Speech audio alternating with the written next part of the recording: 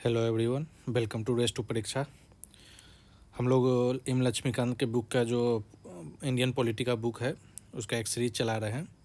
तो आज उस सीरीज को बढ़ाते हुए आज हम एक अगले चैप्टर में देखते हैं यूनियन एंड टेरिटरी। इससे पहले हमने पिछले चैप्टर में 5 चैप्टर हमने इस ऑलरेडी इसका कंप्लीट कर रखा है। तो इसमें जो भी इम्पोर्टेंट है एग्ज़ाम पॉइंट ऑफ व्यू से उस चैप्टर को हम लोग कवर करेंगे और एग्ज़ाम ओरिएंटेड जो भी फैक्ट और जो भी इंफॉर्मेशन होगा उसको हम लोग प्रॉपर वे में डिस्कशन करते हुए आगे बढ़ेंगे। ठीक है, चलिए और बिना कोई देरी के शुरू करते हैं। ठीक है,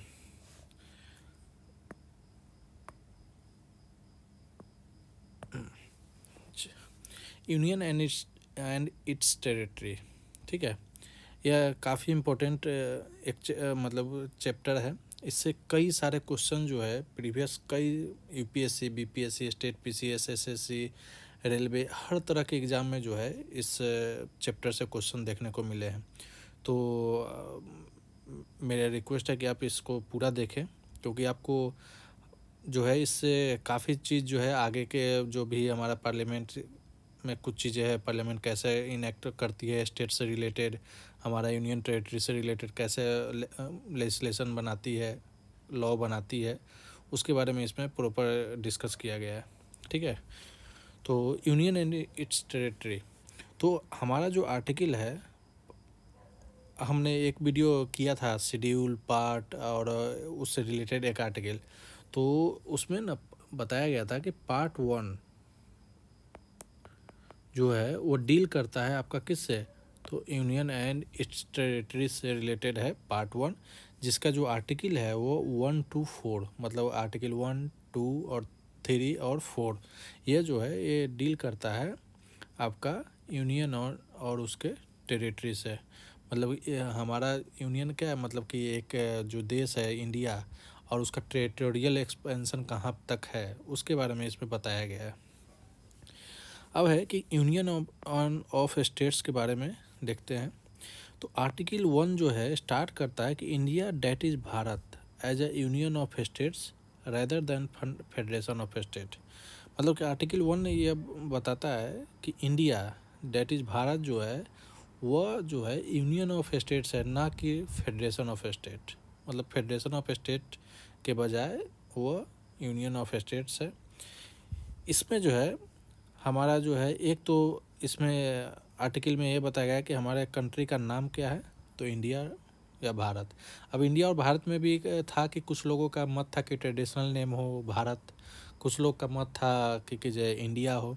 तो इसलिए जो है उस समय के जो कॉन्स्टिट्यूएंट असेंबली है उसमें इस व्यू पॉइंट को क्लैश न रहे, उसको सॉल्यूशन के लिए दोनों नाम को जो है इंक्लूड किया गया, इंडिया डेट इज़ भारत। तो इसमें प्रोविज़न में 2 चीज़ का पता चलता है, एक तो नेम ऑफ द कंट्री और दूसरा हमारा पॉलिटी किस टाइप का है, मतलब कि हम जो है नेचर किस तरह का है, इंडियन पॉलिटी का नेचर। तो हमारा जो पॉलिटी है, पॉलिटिकल नेचर जो है वो यूनियन ऑफ स्टेट्स है। ठीक है, अब है ये तो हमने बताया कि ट्रेडिशनल नेम और कुछ लोगों का था मॉडर्न नेम इंडिया, तो क्लैश हो गया था, तो इसलिए अडॉप्ट कॉन्स्टिट्यूएंट असेंबली द्वारा अडॉप्ट किया गया दोनों का मिक्सअप। ठीक है, अब है कि जैसे कि यूनियन ऑफ स्टेट्स और फेडरेशन ऑफ स्टेट्स में क्या अंतर है। ठीक है, तो जैसे हमारा जो देश है, कंट्री है, वो यूनियन ऑफ स्टेट्स है। इसका जो यूनियन ऑफ स्टेट्स है इसका ये मतलब होता है कि जैसे कि पहले फेडरेशन ऑफ स्टेट्स और यूनियन ऑफ स्टेट्स ये दोनों 2 चीज़ें हैं। यूनियन ऑफ स्टेट्स में क्या है ना कि जो स्टेट्स को कई सारे स्टेट्स को मिला के जो है एक कंट्री बना है। फेडरेशन में है कि एग्रीमेंट के तहत जो है वो जो है उस कंट्री से जुड़ा हुआ है। इंडिया में ऐसा नहीं है, इंडिया में कोई भी स्टेट और सेंटर के बीच में कोई ऐसा एग्रीमेंट नहीं है। तो ये एक जो है यूनियन ऑफ स्टेट्स है। अमेरिका में क्या है ना कि अमेरिका में स्टेट्स और सेंटर दोनों के बीच एग्रीमेंट है, दोनों का जो है वो जो लेजिस्लेटिव पावर है वो दोनों का अपना अपना है, अलग अलग कॉन्स्टिट्यूशन के तहत उनके लॉ बनते हैं। ठीक है, अब इंडियन यूनियन स्टेट्स का 2 जो है उसका जो है क्या कहते हैं उसको फीचर है कि यहाँ का जो स्टेट्स है उसके पास कोई भी राइट नहीं है कि वह जो है फेडरेशन से अलग हो जाए। मतलब कि हमारे देश में अगर कोई स्टेट चाहे कि हम इंडिया से अलग हो जाए तो ऐसा कोई प्रोविज़न नहीं है। उसको जो है यहाँ पे अगर सेंटर के जैसे आगे हम जब हम पढ़ेंगे क्या कहते हैं उसको, इमरजेंसी प्रोविज़न जब पढ़ेंगे तो उसमें एक आर्टिकल है 365, उसमें ये मेंशन है कि अगर स्टेट जो है अगर सेंटर के डायरेक्शंस को कंप्लाई नहीं करता है, मतलब फॉलो नहीं करता है, तो उस पर जो है कॉन्स्टिट्यूशन को प्रॉपर फॉलो न करने के लिए उस वहाँ पे स्टेट इमरजेंसी यानी प्रेसिडेंट रूल लागू किया जा सकता है। तो यह जो है इस वजह से मतलब ऐसे प्रोविज़न है यहाँ पे कि कहीं भी स्टेट जो है वो सेंटर से अलग होने का कहीं पे भी इंडिया में प्रोविज़न नहीं है। एक है कि इंडियन फेडरेशन जो है वो स्टेट्स और सेंटर के बीच में कहीं पे भी एग्रीमेंट, जैसे कि अमेरिका में एग्रीमेंट है वैसा यहाँ पे एग्रीमेंट नहीं है। तो यूनियन ऑफ स्टेट्स में दो कारण से प्रेफर किया गया है यहाँ पे, ठीक है। अब यहाँ पे देखते हैं कि federation is a union because it is indestructible. हमारा जो फेडरेशन है यूनियन का वो इनडिस्ट्रक्टिबल मतलब उसको तोड़ा नहीं जा सकता है। जबकि अमेरिका में क्या है कि उसका स्टेट भी इंडिस्ट्रक्टिबल है और सेंटर भी इनडिस्ट्रक्टिबल है, मतलब दोनों जो है उसको तोड़ा नहीं जा सकता। इंडिया में क्या है ना, स्टेट को जो है मतलब कि पार्लियामेंट के पास ये पावर है कि एक स्टेट को जो है तोड़ के दो स्टेट बना सकते हैं, किसी भी दो टेरिटरी को जोड़ के सिंगल टेरिटरी बना सकते हैं, सिंगल स्टेट में बना सकते हैं, यूटी बना सकते हैं। तो ये इंडिया के पार्लियामेंट के पास ये पावर दिया गया है। अब देखते हैं आर्टिकल 1 के बारे में क्या बताया गया। तो आर्टिकल 1 जो है इसमें 3 तरह के कैटेगरी के बारे में डिस्कस किया गया है। एक है टेरिटरी ऑफ द स्टेट्स, मतलब जितने भी स्टेट्स है उसका क्या टेरिटरी होगा, यूनियन टेरिटरी के बारे में, और ऐसा टेरिटरी जो इंडिया कभी भी एट एनी टाइम एक्वायर कर सकते हैं, मतलब कि या तो युद्ध के थ्रू या फिर किसी एग्रीमेंट के तहत जो है उसको अगर एक्वायर कर रहा है तो उस तरह के टेरिटरी को भी आर्टिकल 1 में रखा जाएगा। एट प्रेजेंट जो है हमारे देश में 28 स्टेट्स है और 8 यूनियन टेरिटरी है, मतलब 28 राज्य और 8 यूनियन टेरिटरी है, ठीक है। कुछ जो है जैसे कि शेड्यूल में हमने देखा था 5th और 6th शेड्यूल जो है वो एक सेपरेट प्रोविज़न है। वो किससे रिलेटेड है, शेड्यूल एरिया और ट्राइबल एरिया। किसी स्टेट में जो शेड्यूल एरिया है, ट्राइबल एरिया है, उसके लिए एक स्पेशल प्रोविज़न है, उसके एडमिनिस्ट्रेशन के लिए वो आप शेड्यूल 5 और शेड्यूल 6 में मेंशन किया गया है। अब टेरिटरी ऑफ इंडिया के बारे में देखते हैं कि ये जो है यूनियन ऑफ इंडिया से ये इसका जो स्कोप है, मतलब इसका जो अगर हम मीनिंग देखेंगे तो वो थोड़ा वाइडर है। जैसे कि यूनियन ऑफ इंडिया जो है यहाँ पे जैसे कि यूनियन ऑफ इंडिया जो है वो ओनली स्टेट्स के बारे में बताता है कि कितने कितने स्टेट्स हैं, मतलब कि जैसे जो स्टेट्स है उसका टेरिटरी कहाँ तक है। बट टेरिटरी ऑफ इंडिया जो है वो न केवल स्टेट्स बल्कि यूनियन ऑफ टेरिटरी और वैसे टेरिटरी को भी इंक्लूड करता है जिसको एट एनी टाइम इंडिया जो है इन फ्यूचर जो है एक्वायर कर सके। तो टेरिटरी ऑफ इंडिया और यूनियन ऑफ स्टेट्स में ये डिफरेंट है। यूनियन ऑफ स्टेट्स मतलब जो अभी एज इट इज़ है, मतलब प्रजेंट। टेरिटरी ऑफ इंडिया जो है वो प्रजेंट और फ्यूचर दोनों को है कि अगर फ्यूचर में अगर हम कोई भी चीज़ टेरिटरी एक्वायर करते तो भी हमारा इंडिया टेरिटरी कहलाएगा, ठीक है। अब है आगे देखते हैं, the states are the member of the federal system and share a distribution of power with centre. State जो है वो हमारे फेडरल सिस्टम का मेंबर है और वो जो है सेंटर के साथ जो है अपना पावर मतलब कि अपना जो शक्ति है वो साझा करते हैं। Union territory and the acquired territory on the other hand are directly administered by the central government. जैसे कि जो एग्जिस्टिंग है वो सेंटर के साथ पावर शेयर करते हैं, पर ऐसे यूनियन टेरिटरी जैसे अगर हम आज के टाइम में 8 जो यूनियन टेरिटरी है उसको डायरेक्टली कौन गवर्न करता है, उसको जो है वो डायरेक्टली जो है गवर्न किसके द्वारा, सेंट्रल गवर्नमेंट द्वारा किया जाता है। तो वही है इसमें बताया गया है कि यूनियन टेरिटरी और कोई भी ऐसा टेरिटरी जो इन फ्यूचर इंडिया एक्वायर करे वो जो है उसको डायरेक्टली एडमिनिस्टर कौन करेगा, तो सेंट्रल गवर्नमेंट ही उसको डायरेक्टली एडमिनिस्टर करेगा, ठीक है। मतलब उसका शासन कैसे चलेगा वो सब सेंट्रल गवर्नमेंट ही डिसाइड करेगी। बीइंग अ सॉवरिन स्टेट, अब पिछले जब हम प्रियम्बल देखे थे तो इंडिया के बारे में प्रियम्बल में डिस्कस किया कि इंडिया एक सॉवरिन स्टेट है। मतलब कि सॉवरिन करने का क्या मतलब कि इस पे डिसीजन जो है अपने फ्री विल पर ले सकता है, इस पे किसी भी बाहरी आउटर किसी भी कंट्री का इस पे इंटरनल मैटर में इंटरफेरेंस नहीं होगा। तो being a sovereign state India can acquire foreign territory. Sovereign state होने के नाते इंडिया जो है कोई भी फॉरेन टेरिटरी को जो है इंटरनेशनल लॉ के तहत अगर रिकॉग्नाइज हो रहा है, मतलब कि अगर वो बताया जा रहा है कि इंटरनेशनल लॉ के तहत कि इंडिया का पार्ट है, तो उसको जो है इंडिया एक्वायर कर सकता है। अब है आर्टिकल 2 के बारे में देखते हैं। आर्टिकल 2 जो है वो पार्लियामेंट को एम्पावर करता है, मतलब पार्लियामेंट को शक्ति देता है to admit into the union of India और establish new state on such term and condition as it things fit. मतलब पार्लियामेंट को एक पावर देता है कि या तो कोई भी नया स्टेट्स को इस्टेब्लिश कर सकता है या यूनियन में उसको एडमिट कर सकता है, मतलब मिला सकता है, अगर टर्म एंड कंडीशन जो है फिट हो, मतलब कि हमारे जो कानून है उसके तहत और हमारा जो इंटरनेशनल लॉ है उसके तहत जो है वो सही हो। तो टर्म एंड कंडीशन अगर सही हो तो हम किसी भी नए स्टेट्स को इस्टेब्लिश कर सकते हैं और नए उसको यूनियन ऑफ इंडिया में उसको एडमिट कर सकते हैं, मतलब मिला सकते हैं। अब आर्टिकल 2 के तहत जो है पार्लियामेंट को 2 पावर दिया गया है, ठीक है। एक पावर है कि the power of to admit into union of India new states, और दूसरा है power to establish new state. इसमें है कि या तो जो भी यूनियन ऑफ इंडिया में नया स्टेट को मतलब कि एडमिट किया जाए, मतलब क्या कहते हैं मिला लिया जाए, या फिर power to establish new states, और दूसरा पावर दिया गया है कि आप जो है कोई नया स्टेट्स इस्टेब्लिश कर सकते हैं। अब है the first refers to the admission of states which are already in existence.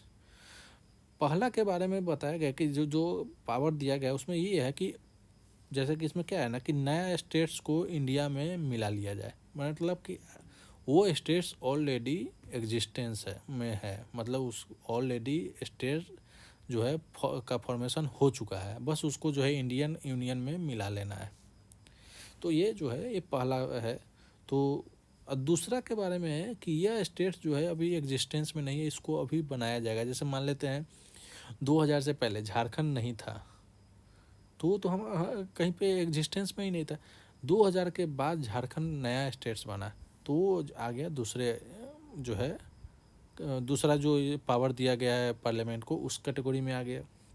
अब पहला कैटेगरी में क्या है कि जैसे कि मान लेते गोवा, गोवा जो है हमारे इंडिपेंडेंस के कई सालों बाद जो है गोवा पुडुचेरी सबको मिलाया गया, तो वो तो ऑलरेडी इस्टेब्लिश था पहले से भी, तो उसको जो है बाद में मिलिट्री पावर के तहत चाहे किसी एग्रीमेंट के तहत जो है या फिर वहाँ से पावर को हटा के जो है उसको इंडियन यूनियन में मिला लिया गया।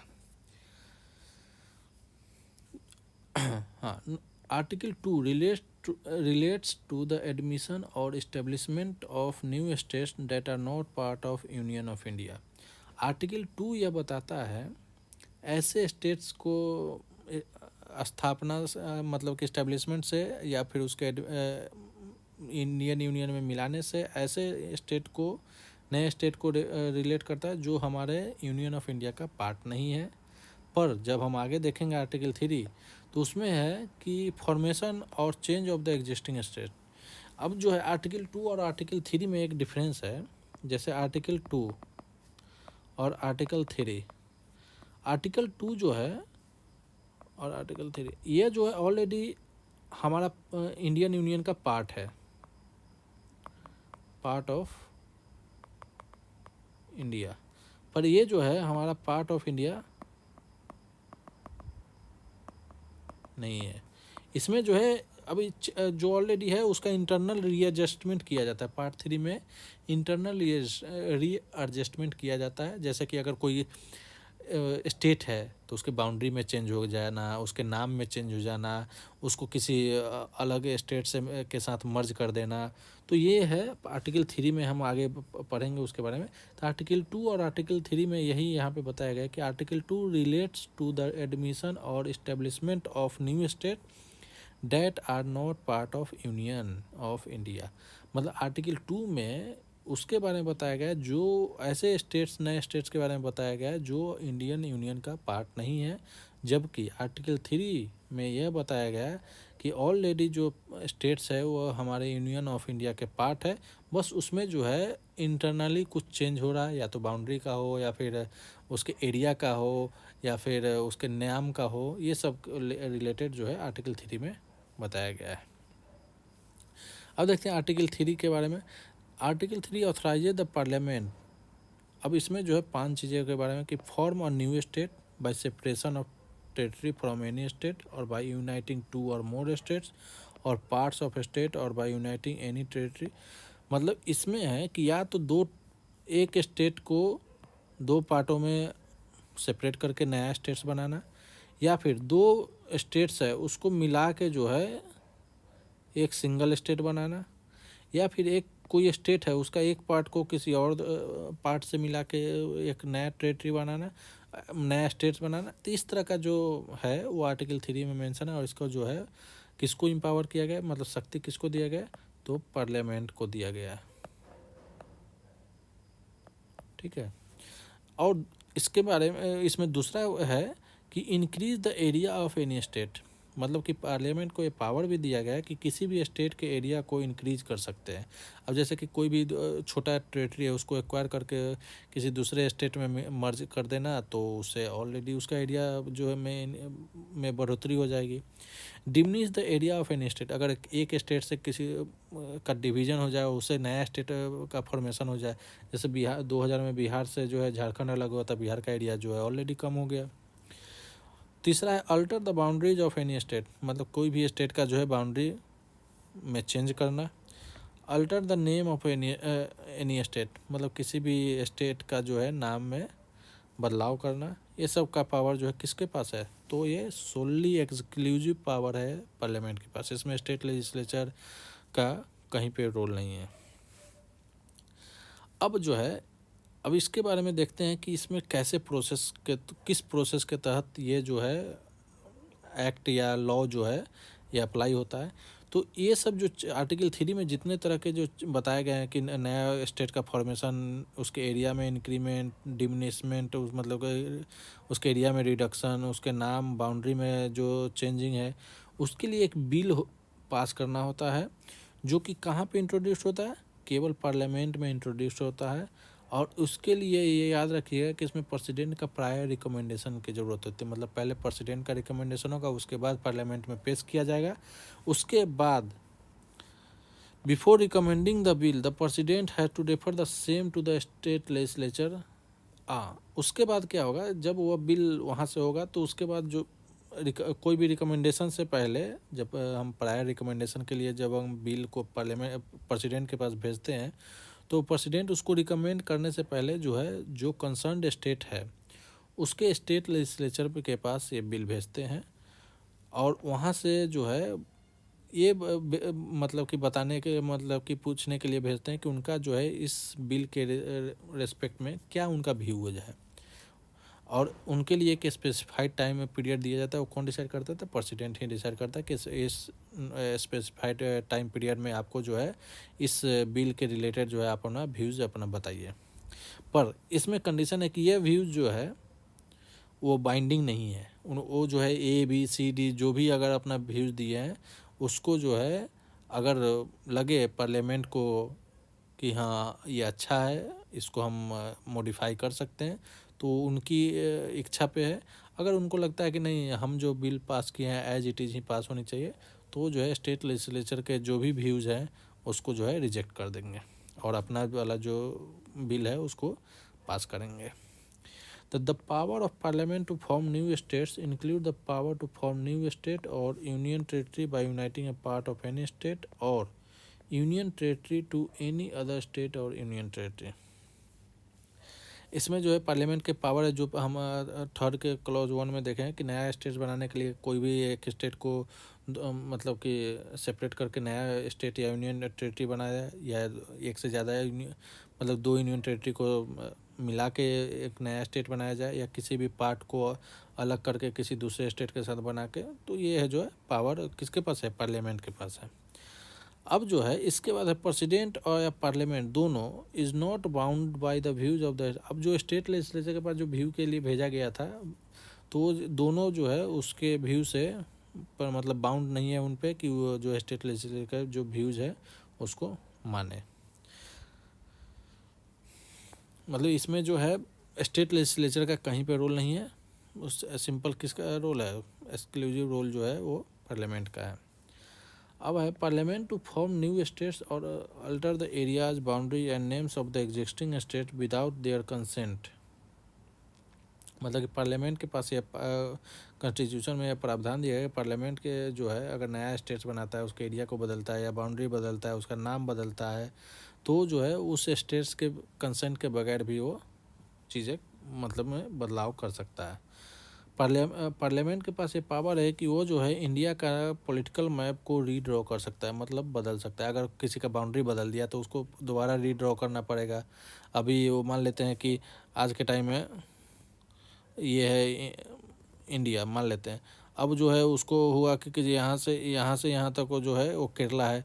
अगर वो माने कि केरला को यहाँ से यहाँ कर दे, तमिलनाडु को जो है इधर शिफ्ट कर, तो वो जो है रीड्रॉ कर सकता है। ये पार्लियामेंट के जो है पास पावर है कि वो रीड्रॉ कर सकता है। अब है इसलिए इंडिया के बारे में कहा, India is rightly described as indestructible union of destructible states. मतलब कि यहाँ का जो यूनियन है वो इनडिस्ट्रक्टिबल है, बट स्टेट्स जो है डिस्ट्रक्टिबल है, उसमें बदलाव किया जा सकता है, पर यूनियन में नहीं किया जा सकता। जबकि यूएसए में जस्ट इसका उल्टा है, वहाँ पे जो है स्टेट भी इनडिस्ट्रक्टिबल है और सेंट्रल भी इनडिस्ट्रक्टिबल है। मतलब दोनों में जो है का जो कॉन्स्टिट्यूशन है लॉ बनाने का, वो सब अलग अलग है। ठीक है, ये indestructible union with indestructible states है। अब है आर्टिकल 4 कॉन्स्टिट्यूशन का, जो है इंडियन कॉन्स्टिट्यूशन का आर्टिकल 4 जो है उसमें यह बताया गया है कि कोई भी कानून जो बनाया जाता है पार्लियामेंट द्वारा फॉर एडमिशन और establishment of new states, article 2 के तहत जो नया स्टेट्स या का एस्टेब्लिशमेंट हो या एडमिशन हो उसे नया स्टेट का यूनियन ऑफ इंडिया में, या फिर आर्टिकल 3 के तहत जैसे formation of new state, alteration of area boundary and the name of existing state, जो कि आर्टिकल 3 में है। ये दोनों जो है के रिलेटेड जब लॉ बनाता है तो इसको जो है पास करने के लिए कॉन्स्टिट्यूशन अमेंडमेंट करने की ज़रूरत नहीं है। इसको जो है जैसे कि कॉन्स्टिट्यूशन अमेंडमेंट किस आर्टिकल के तहत होता है, तो आर्टिकल 368 के तहत होता है। तो ये जो दोनों आर्टिकल 2 और आर्टिकल 3 में, इसको पास करने के लिए सिंपल मेजॉरिटी से जो है लॉ पास किया जाता है। एक ऑर्डिनरी लेजिस्लेटिव प्रोसेस के तहत जो है इस तरह मतलब इसका लॉ पास किया जाता है। ठीक है। अब है कि एक ना हुआ था, एक केस हुआ था बेरूबारी केस के नाम से काफ़ी फेमस। तो उसमें एक क्वेश्चन आया था, क्या पार्लियामेंट के पास पावर है to diminish the area of state. Parliament के पास पावर है कि जो भी इंडियन यूनियन है उसका एरिया को डिमिनिश कर सके। तो 1960 में एक केस आया था, एक मतलब एरिया था बेरूबारी जो कि वेस्ट बंगाल में है। तो उसमें आया था कि वो टेरिटरी जो है सेंट्रल गवर्नमेंट ने पाकिस्तान को दे दिया था 1960 में, और डिसीजन ले लिया कि पाकिस्तान को मतलब वो टेरिटरी दे देंगे। इसके वजह से जो है पॉलिटिकल एजिटेशन और बहुत सारा कंट्रोवर्सी स्टार्ट हुआ, और मैटर जो है सुप्रीम कोर्ट में गया। सुप्रीम कोर्ट में जब ये मैटर गया तो उन्होंने कहा कि power of parliament to diminish the area of state under article 3 does not cover secession of Indian territory to a foreign country. मतलब कि जो पार्लियामेंट के पावर है किसी भी स्टेट के एरिया को डिमिनिश करना, मतलब कि कम करना, जो कि आर्टिकल 3 में मेंशन है, उसका ये मतलब नहीं कि इंडियन टेरिटरी का जो पार्ट है उसको फॉरेन कंट्री को दे दिया जाए। तो इस वजह से जो है ये केस काफ़ी फेमस रहा, बेरूवारी केस 1960 में। अब जो है तो उसके लिए एक कानून बनाया गया कि अगर इंडिया जो है कोई भी स्टेट इंडियन टेरिटरी का कोई भी पार्ट अगर किसी फॉरेन कंट्री को अगर वो देना चाहता है तो उसके लिए वो नॉर्मल लेजिस्लेटिव लॉ जो है आर्टिकल 3 के तहत उनको ये पास नहीं करना पड़ेगा। उस केस में जो है इंडिया को पार्लियामेंट को जो है कॉन्स्टिट्यूशन अमेंडमेंट एक्ट जो कि आर्टिकल 368 में मेंशन्ड है उसके तहत जो है वो किसी भी फॉरेन स्टेट को इंडियन टेरिटरी का पार्ट दे सकते हैं। तो उसके लिए कॉन्स्टिट्यूशन अमेंडमेंट एक्ट पास करना पड़ेगा पार्लियामेंट को। इसलिए जो आया था जब ये केस हुआ तो उसलिए एक नया कॉन्स्टिट्यूशन अमेंडमेंट एक्ट पास हुआ 1960 में, 9th कॉन्स्टिट्यूशनल अमेंडमेंट एक्ट, जिसके तहत ये हुआ कि जो बेरूबारी जो एरिया था वो जो है पाकिस्तान टेरिटरी को दिया गया। ठीक है। फिर सुप्रीम एक और मैटर आता है, सुप्रीम कोर्ट जो है 1969 में ये कहा था सेटलमेंट ऑफ बाउंड्री डिस्प्यूट। अगर बाउंड्री डिस्प्यूट का केवल मैटर है, मतलब टेरिटरी को लेन देन का मैटर नहीं है, बाउंड्री से रिलेटेड डिस्प्यूट है इंडिया और कोई भी कंट्री के बीच में, तो उसके लिए कॉन्स्टिट्यूशनल अमेंडमेंट एक्ट की ज़रूरत नहीं है, वो एक सिंपल एग्जीक्यूटिव एक्शन से किया जा सकता है। अब exchange of territories with Bangladesh. अब जो है 2015 में एक कॉन्स्टिट्यूशनल अमेंडमेंट एक्ट हुआ, पास किया गया था 100th कॉन्स्टिट्यूशनल अमेंडमेंट एक्ट, जिसमें ये हुआ था ना कि कुछ टेरिटरी जो है वो इंडिया द्वारा एक्वायर किया गया उसको, और कुछ टेरिटरी जो है वो बांग्लादेश में है, तो दोनों जो है एक दूसरे के जो है टेरिटरी है उसको एग्रीमेंट और प्रोटोकॉल को देखते हुए आपस में वो ट्रांसफ़र कर लेंगे। तो उस डील के तहत जो है इंडिया ने 111 इनक्लेव जो है बांग्लादेश को ट्रांसफ़र किया, और जबकि बांग्लादेश ने 51 इनक्लेव जो है इंडिया को ट्रांसफ़र किया था। तो ये बस वो है ये कि कुछ टेरिटरी ट्रांसफ़र से रिलेटेड है 100th कॉन्स्टिट्यूशनल अमेंडमेंट एक्ट, जो कि इंडिया और बांग्लादेश के बीच था। सबसे ज़्यादा जो लाइन बाउंड्री है वो किसके बीच में था, इंडिया और बांग्लादेश के बीच में ही है।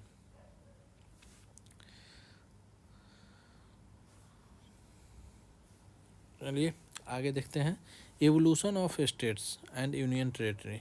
अब है कि जो स्टेट्स और यूनियन टेरिटरी का जो एवोल्यूशन हुआ वो कैसे हुआ।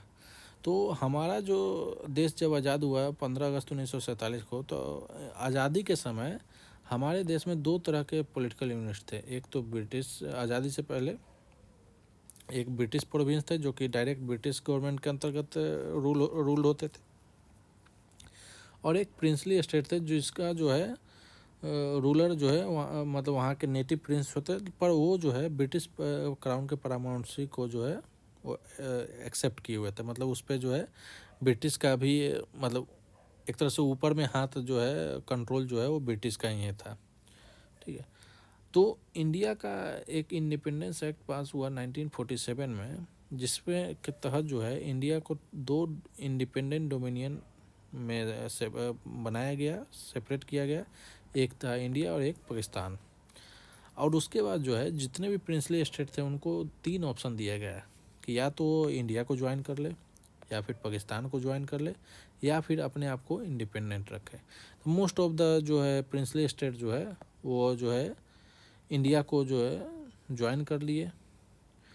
3 जो प्रिंसली स्टेट थे, हैदराबाद, जूनागढ़ और कश्मीर, ये तीनों जो है अपने आप को इंडिपेंडेंट रखे, ना पाकिस्तान से जुड़े ना ही इंडिया से जुड़े। बट धीरे धीरे कुछ समय बाद जो है इन तीनों जो है प्रिंसली स्टेट को इंडिया जो है अपने यूनियन में इसको मर्ज कर लिया। अब जैसे अभी ये तीनों का ना ये 3 ही है, तो इसके किस तरीके से जो है इसको इंडियन यूनियन में जो है एडमिट किया गया वो भी आपको याद रखने की ज़रूरत है। जैसे हैदराबाद को पुलिस एक्शन के तहत जो है इंडिया में मिलाया गया, जूनागढ़ को रेफरेंडम के तरीके से किया गया, और कश्मीर को जो है इंस्ट्रूमेंट ऑफ एक्सेशन के तहत जो है इंडिया में मिलाया गया। अब जब 1950 जब कॉन्स्टिट्यूशन जब बना तो उसमें 4 क्लासिफिकेशन हुआ स्टेट्स और टेरिटरी जो इंडियन यूनियन का था, उसको 4 पार्ट में डिवाइड किया गया, part A, part B, part C और पार्ट डी। मतलब part A, part B, part C states है, पार्ट डी टेरिटरी है। तो टोटल जो है वो 29 थे। तो पार्ट ए में जो है ब्रिटिश टाइम का जो गवर्नर थे, 9 जिनकी संख्या 9 थी, वो सारे जो है स्टेट्स को पार्ट ए स्टेट्स में रखा गया, ठीक है। जबकि पार्ट बी में जो है उस समय के जो 9 प्रिंसली स्टेट था, जैसे पार्ट ए में जो भी गवर्नर प्रोविंस थे ब्रिटिश इंडिया का, वो ऐसे थे जिनके पास जो है स्टेट 9 गवर्नर प्रोविंस थे जो ब्रिटिश इंडिया के टाइम, मतलब ब्रिटिश इंडिया के टाइम के जो गवर्नर का जो प्रोविंस था 9, वो सब पार्ट ए का पार्ट थे। पार्ट बी में जो है 9 जो है प्रिंसली स्टेट्स जिनका लेजिस्लेचर के साथ। पार्ट सी में जो है चीफ कमिश्नर प्रोविंस जो था ब्रिटिश इंडिया का, और कुछ जो प्रिंसली स्टेट जो कि जो है वो पार्ट सी में थे। और पार्ट सी में जो है टोटल कितने थे नंबर, तो 10 थे। पार्ट ए में आपका हो गया 9, पार्ट बी में 9 और 10 हो गया आपका पार्ट सी में। और एक जो है आपका पार्ट डी में जो कि अंडमान एंड निकोबार था, जो कि अकेला पार्ट डी में उनको रखा गया था। अब ये है जैसे कि अब इसको थोड़ा देखिए कि पार्ट ए में कौन था, तो पार्ट ए में आसाम था, बिहार था, बॉम्बे था, मध्य प्रदेश था, मद्रास, उड़ीसा, पंजाब, यूनाइटेड प्रोविंस और वेस्ट बंगाल। जबकि अगर पार्ट बी में देखें तो विंध्य प्रदेश, ट्रेवनकोर कोची, सौराष्ट्र, राजस्थान, पटियाला एंड ईस्ट पंजाब, मैसूर, मध्य भारत, जम्मू कश्मीर, हैदराबाद, ये वो थे जो कि प्रिंसली स्टेट जो थे वो सब थे। पार्ट सी में जो है आपका 10 थे, आपका अजमेर, भोपाल, बिलासपुर, कूच, कुर्ग, दिल्ली, हिमाचल प्रदेश, कच्छ, मणिपुर और त्रिपुरा। अब पार्ट डी में आपका अंडमान निकोबार, ठीक है। अब इसके बाद जो है जब ये 1950 के बाद जो है 4 तरह के जो है स्टेट्स हो गए, क्लासिफिकेशन हो गए। लेकिन उसके बाद जो है एक सेकंड, हाँ इसमें इसके नीचे अब है कि आगे चल के ना बहुत सारे स्टेट्स में डिमांड होने लगे सेपरेट स्टेट्स का, हमें मतलब सेपरेट स्टेट दिया जाए, मतलब दर्जा दिया जाए। तो जो है integration of princely state with the rest of India has purely an ad hoc agreement. जो भी प्रिंसली स्टेट का जो इंडिया में जो इंटीग्रेशन हुआ था वो एडहॉक अरेंजमेंट था, मतलब परमानेंट नहीं था। फॉर अ पर्पस, एडहॉक का क्या मतलब होता है, फॉर अ पर्पस,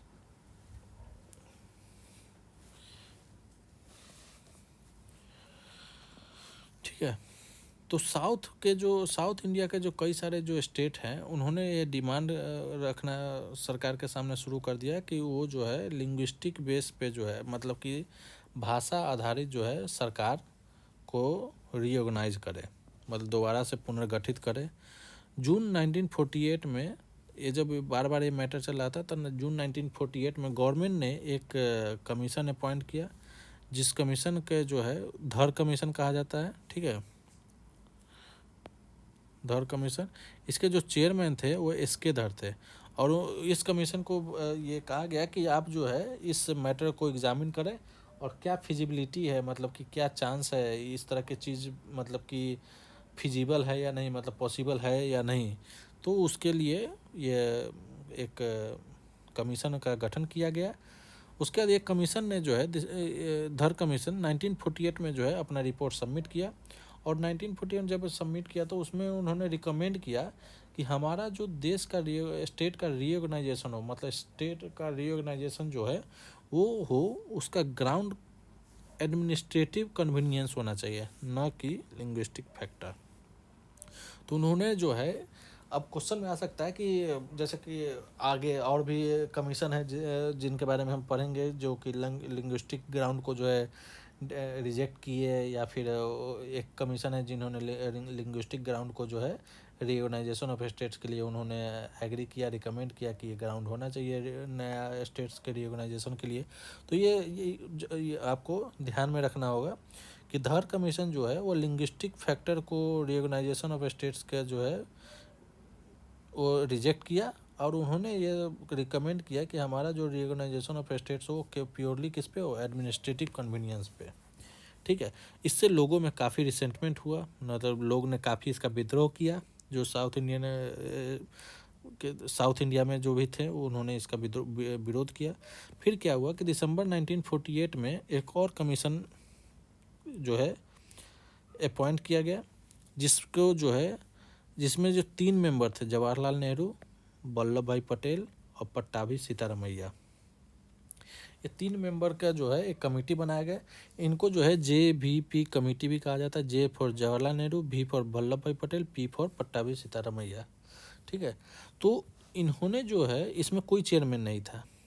ठीक है, इस कमीशन में जैसे कि इधर कमीशन के चेयरमैन थे ना इसके धर, लेकिन जो JVP कमीशन है इसके जो है कोई भी चेयरमैन नहीं थे।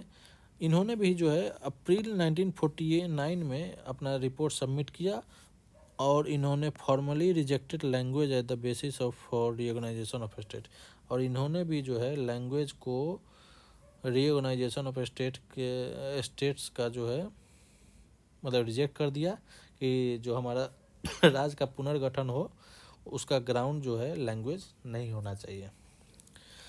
इसके बाद अक्टूबर 1953 में एक ऐसा सिचुएशन आया कि गवर्नमेंट को ये मजबूर किया गया कि वो जो है लिंग्विस्टिक ग्राउंड पे जो है एक स्टेट का फॉर्मेशन करे।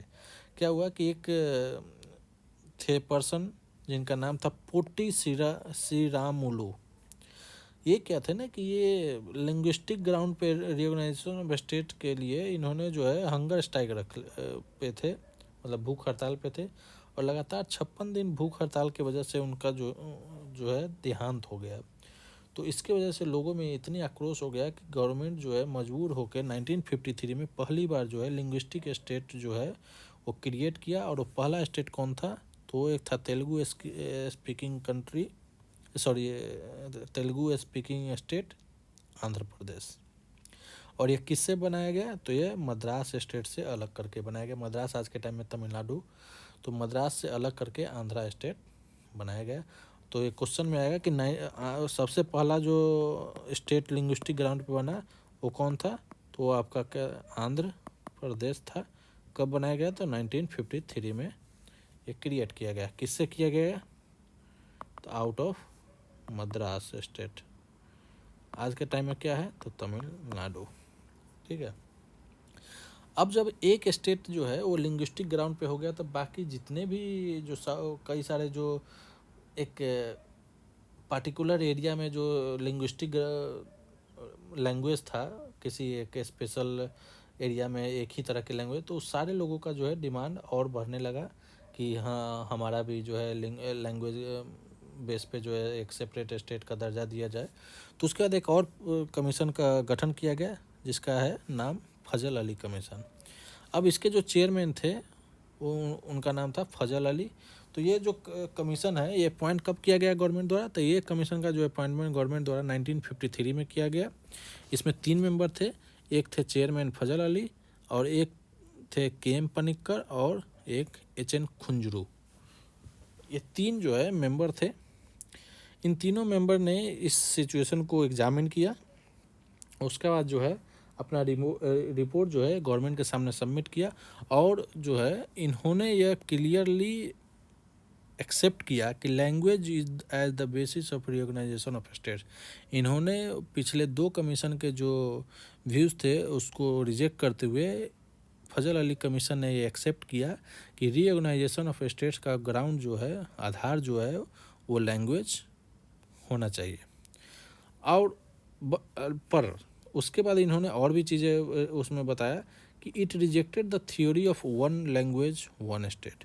मतलब कि इसका ये मतलब नहीं कि जिस स्टेट का अगर डिमांड हो रहा है, जैसे मान लेते हैं आंध्र प्रदेश का एग्जांपल लेते हैं, तो ये ऐसा नहीं कि आंध्र प्रदेश में केवल तेलुगु स्पीकिंग लोग ही रहेंगे, उसमें और भी अदर स्पीकिंग लोग पीपुल भी रह सकते हैं। तो उन्होंने इसमें रिकमेंड किया कि वह इस जो थ्योरी है वन लैंग्वेज वन स्टेट, इसको जो है उन्होंने रिजेक्ट किया।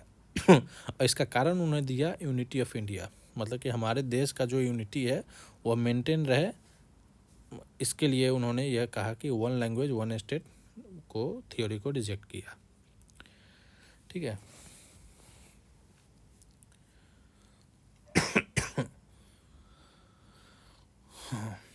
चलिए अब आगे देखते हैं कि अब फजल अली कमीशन के बाद जो हो गया कि अब तो स्टेट जो है वो लैंग्वेज बेस पे जो है वो बनना स्टार्ट हो गया। तो उसके बाद जो है एक कमीशन ने सजेस्ट किया कि हमारा जो 4 फोल्ड क्लासिफिकेशन था, जैसे 4 फोल्ड क्लासिफिकेशन क्या था आपका, part A, part B, part C and part D जो स्टेट था, इस क्लासिफिकेशन को एबॉलिश कर दिया जाए, मतलब ख़त्म कर दिया जाए, और 16 स्टेट और 3 सेंट्रली एडमिनिस्ट्रेड टेरिटरी जो है उसको क्रिएट किया जाए, मतलब उसका क्रिएशन किया जाए। ठीक है। तो हमारा जब 1953 में जब ये फजल अली कमीशन जो है वो जब रिकमेंड किया, तो उसका क्वेश्चन आ सकता है उसके बाद कितने स्टेट्स का जो है क्रिएशन होगा, तो 16 स्टेट्स हुआ, और 3 जो है आपका सेंट्रली एडमिनिस्ट्रेड टेरिटरी जो है उसका क्रिएशन किया गया। अब देखते हैं कि 1956 में जो इंडिया का जो टेरिटरी था वो किस तरह से था। तो जो यूनियन टेरिटरी में आपके कितने थे, एक सेकेंड, अंडर टेरिटरी 16 स्टेट और 3 सेंट्रली एडमिनिस्ट्रेट होगा। लेकिन उसके बाद जो है 1953 में एक एक्ट पास हुआ, स्टेट रीऑर्गेनाइजेशन एक्ट, और एक अमेंडमेंट एक्ट भी पास हुआ, 7th कॉन्स्टिट्यूशनल अमेंडमेंट एक्ट 1956। इसके तहत क्या हुआ ना कि जो है अब जो फजल अली कमीशन था उन्होंने कहा था ना कि जो पहले का जो 4 फोल्ड क्लासिफिकेशन था उसको ख़त्म कर दिया जाए, और जो है उसको ख़त्म करके जो है जैसे कि ए और बी, जो पार्ट ए और पार्ट बी को जो है ख़त्म कर दिया गया, पार्ट सी को जो है पूरी तरह से ख़त्म कर दिया गया, सब को मिलाकर जो है स्टेट बनाया गया। तो टोटल कितने स्टेट्स बने, तो टोटल जो है 1953 जो हुआ, 56 जो हुआ कॉन्स्टिट्यूशनल अमेंडमेंट एक्ट और स्टेट रीऑर्गेनाइजेशन एक्ट, उसके तहत जो है 14 स्टेट्स बने, और जो है आपका 6 यूनियन टेरिटरी का फॉर्मेशन किया गया। ये याद रखिएगा। ये तो आपके 1953 में होता 16 स्टेट्स और 3 सेंट्रली एडमिनिस्ट्रेड टेरिटरी। ये 1953 में जब कमीशन ने सजेस्ट किया था कि 4 फुल क्लासिफिकेशन हो, तो उस वक्त ये क्रिएट किया गया था। बाद में जब रीऑर्गेनाइजेशन एक्ट 1956 पास हुआ, तो उसमें जो है वो जो 4 फुल क्लासिफिकेशन था स्टेट का, उसको एबॉलिश किया गया, मर्ज करके 14 स्टेट्स और 6 यूनियन टेरिटरी में इंडिया को जो है वो बाइफर्क मतलब कि नया क्रिएशन किया गया पूरे इंडियन यूनियन में 14 स्टेट और 6 यूनियन टेरिटरी। अब 6 यूनियन टेरिटरी कौन थे, तो अंडमान निकोबार, दिल्ली, हिमाचल प्रदेश, लक्काद्वीप, मिनिकॉय और अमिनी द्वीप आइलैंड। आगे देखेंगे कि ये सब टेरिटरी का भी जो है नाम जो है आगे बदला गया टाइम पे। मणिपुर, त्रिपुरा, ये सब जो है पहले यूनियन टेरिटरी था, बाद में कॉन्स्टिट्यूशनल अमेंडमेंट एक्ट हुआ तो उसके तहत इनको जो स्टेटहुड का दर्जा दिया, ये आगे देखेंगे। स्टेट में थे आंध्र प्रदेश, असम, बिहार, बॉम्बे, जम्मू कश्मीर, केरला, मध्य प्रदेश, मद्रास, मैसूर, उड़ीसा, पंजाब, राजस्थान, उत्तर प्रदेश और वेस्ट बंगाल। तो जो स्टेट रीऑर्गेनाइजेशन एक्ट 1956 हुआ, established the new state of Kerala by merging the Travancore Kochi state with Malabar district of Madras state and Kasaragod of South Canara, दक्षिण कन्नड़। तो स्टेट रिकॉग्नाइजेशन के तहत जो है नया स्टेट बनाया गया केरला को।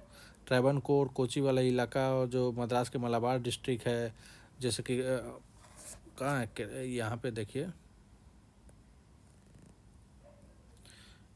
ये हो गया आपका केरला।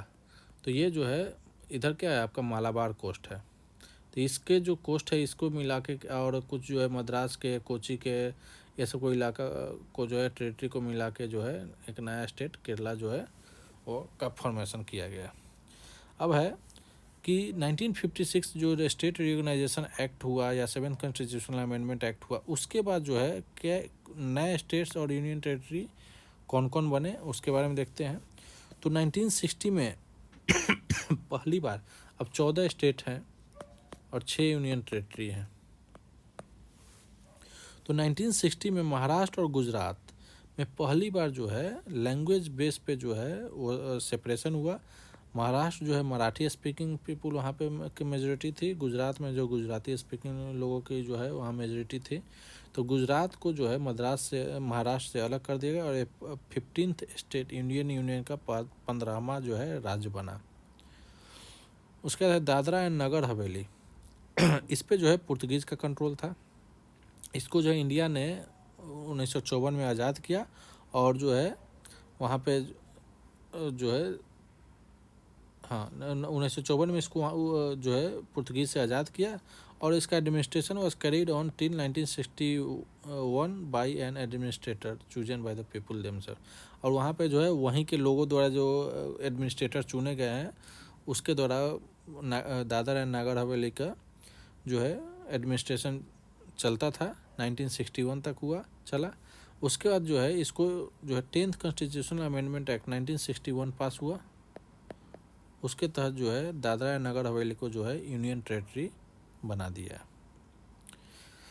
बाद में 2020 में एक और अमेंडमेंट हुआ कि यूनियन टेरेटरी जो है दमन और दीव और दादरा एंड नगर हवेली दोनों को जो है एक सिंगल यूनियन टेरेटरी बना दिया गया और उसका नया नाम हो गया Dadra and Nagar Haveli and Daman and Diu. तो ये जो है 2020 में अमेंडमेंट के तहत ये किया गया। उसके बाद है गोवा, दमन एंड दीव। इंडिया जो है 3 टेरिटरी को जो है पुर्तगीज़ से एक्वायर किया था पुलिस एक्शन के तहत 1961 में। उसमें था एक गोवा, एक दमन और एक दीव। तो गोवा को जो है 1987 में जो है स्टेटहुड का दर्जा दिया गया और बाकी जो है दमन और दीव जो है वो यूनियन टेरिटरी हुआ। और हमने ऊपर देखा है कि 2020 में जो है दमन और दीव एंड दादरा एंड नगर हवेली ये सब मिला के एक यूनियन टेरिटरी बना दिया गया। उसके बाद है पुडुचेरी जो है इस पे जो फ्रेंच का कंट्रोल था, ठीक है। 1954 तक जो है ये फ्रेंच रहा। उसके बाद इसको जो है एज ए एक्वायर्ड टेरिटरी जो है इसको एडमिनिस्टर किया गया 1962 तक। उसके बाद जो है इसको 14th कॉन्स्टिट्यूशनल अमेंडमेंट एक्ट के तहत इसको जो है यूनियन टेरिटरी का जो है स्टेटस दिया गया। उसके नागालैंड 1963 में नागालैंड जो है नागालैंड एक स्टेट बना और यह जो स्टेट बना यह 16वां स्टेट था। 14 तो ऑलरेडी था, 15वां गुजरात था, 16वां आपका नागालैंड था। बीच में जो केवल जो गोवा तो 1987 में बना, तब तक तो जब ये 1960 में हुआ था ये सब यूनियन टेरिटरी ही था।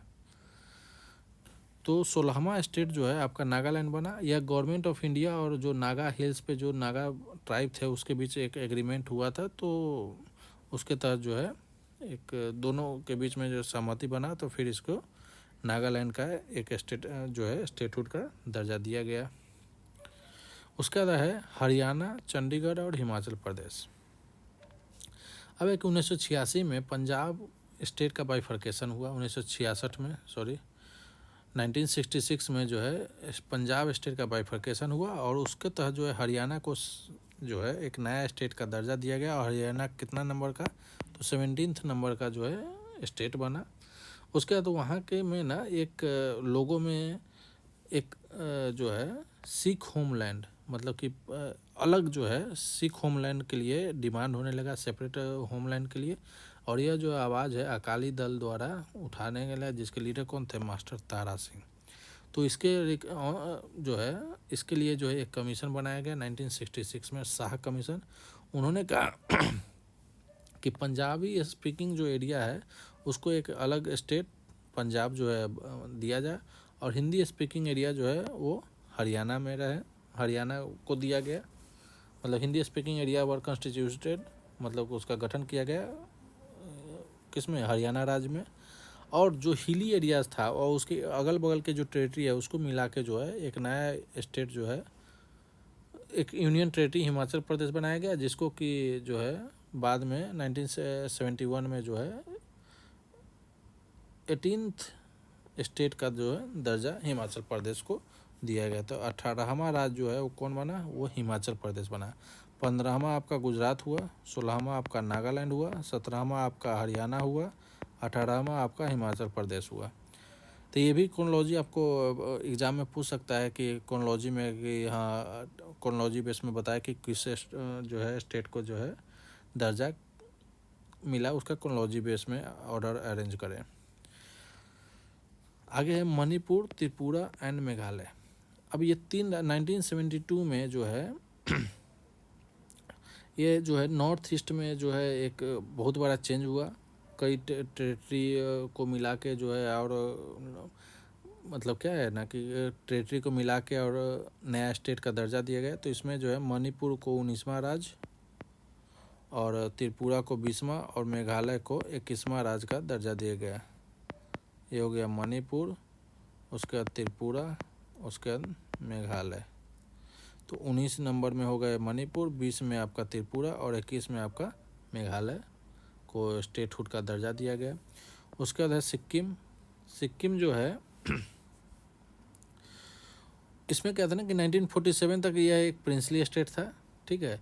उसके बाद जब हुआ कि बाद में इसको जो है इन्होंने इच्छा जाहिर किया कि हम इंडियन के साथ जो है सम्मिलित होंगे, तो एक कॉन्स्टिट्यूशनल अमेंडमेंट एक्ट 1974 में 35th कॉन्स्टिट्यूशनल अमेंडमेंट एक्ट पास किया गया पार्लियामेंट द्वारा, और इसे जो है एसोसिएट स्टेट का दर्जा दिया गया। स्टेट हुड का दर्जा इसे प्रॉपर नहीं दिया गया, इसे जो है एसोसिएट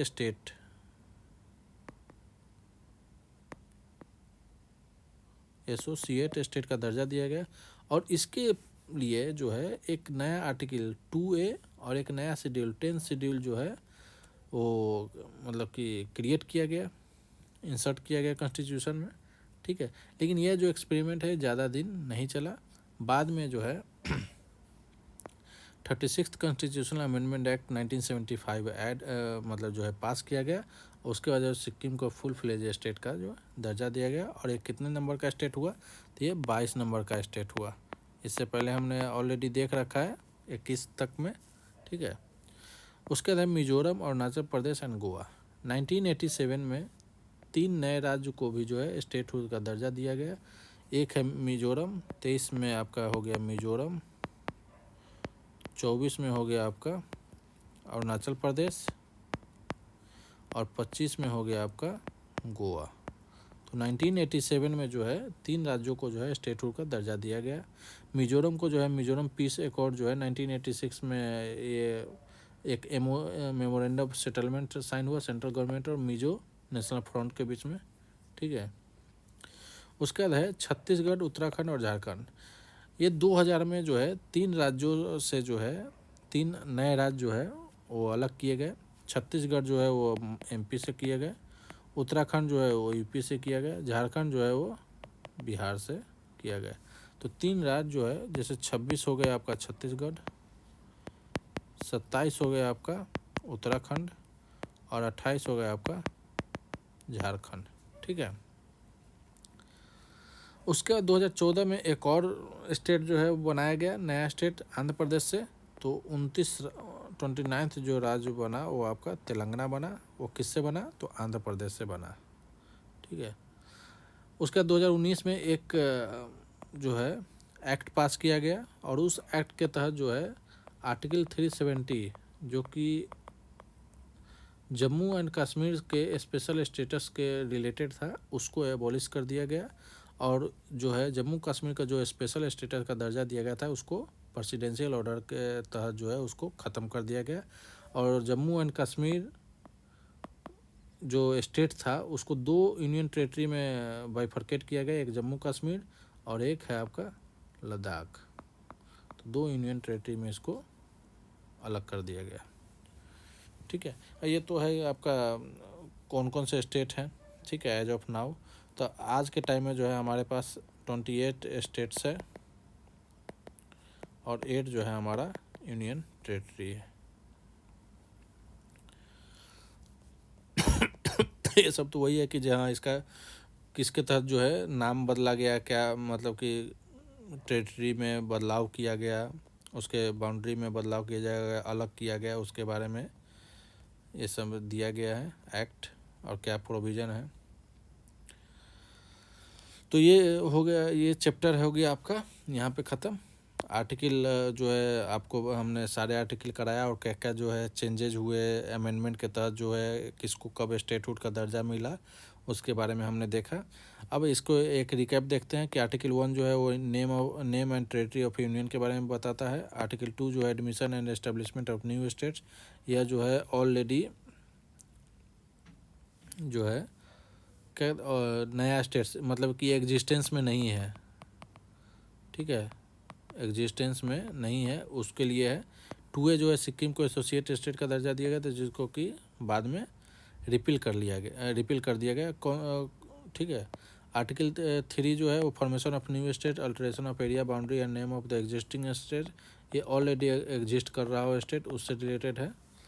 4 में है कि law made under article 2 and 3 are not under the, मतलब कि जो भी आर्टिकल 2 और आर्टिकल 3 के तहत जो अमेंडमेंट होगा वो जो है आपका कॉन्स्टिट्यूशनल अमेंडमेंट एक्ट जो है 368 के तहत नहीं होगा। नॉर्मल जो है सिंपल मेजोरिटी से जो है वो एक मतलब कि लेजिस्लेटिव जो है एक्ट जो है के तहत नया स्टेट बनाया जाएगा, फॉर्म किया जाए, क्रिएट किया जाएगा, ठीक है।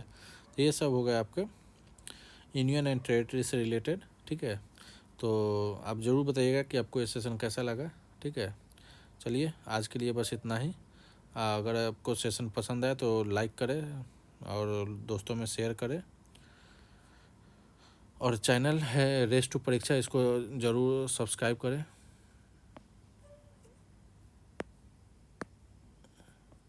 रेस टू परीक्षा को सब्सक्राइब करें।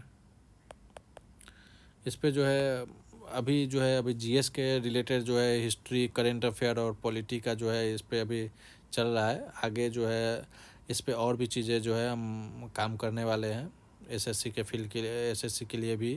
ये अभी फोकस तो अभी सामने अभी बीपीएससी है, तो पूरा कोशिश है कि जो है ज़्यादा से ज़्यादा जो है इम्पोर्टेंट चीज़ों को, हिस्ट्री हो, पॉलिटी हो और कुछ जल्दी करेंट अफेयर हो, ये सब, और ज्योग्राफी और अदर सब्जेक्ट को जितना हो पाए उतना हम कवर कर पाए, ठीक है। तो चलिए ज़रूर बताइएगा कि आपको कैसा लगा। आज के लिए बस इतना ही। जय हिंद, जय भारत।